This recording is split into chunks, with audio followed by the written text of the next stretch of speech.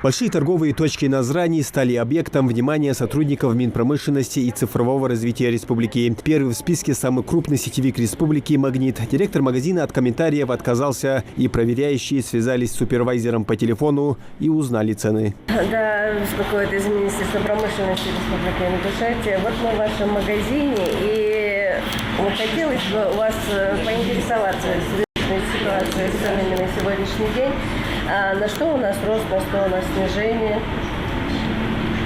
Основные позиции, особенно социально значимые товары.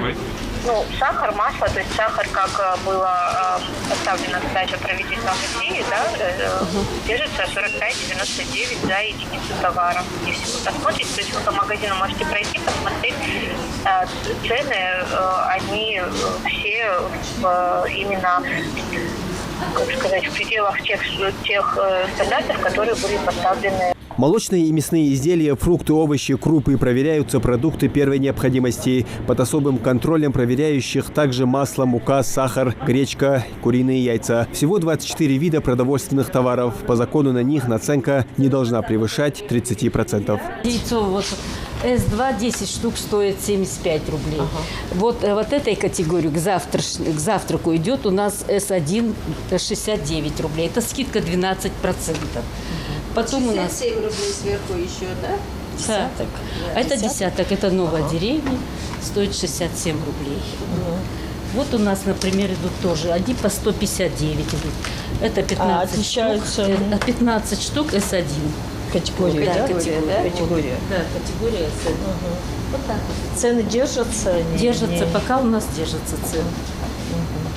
Каждую неделю, каждую среду мы меняем. Они меняются. Цены меняются? Конечно. Но не увеличиваются же? Вы скидки делаете? Да, скидки.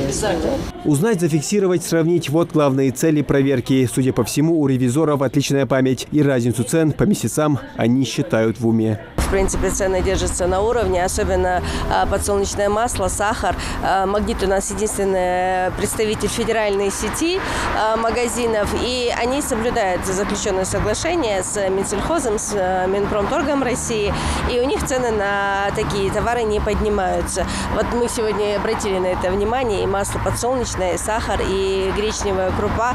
На сегодняшний день очень хорошие цены. Все познается в сравнении. Далее проверяющие отправляются на другую крупную торговую точку Назрани. Цели все те же. Интересуются ценами на продукты и фиксируют их. На этом рынке подмечают цены на фрукты, овощи и подводят итоги всей проверки.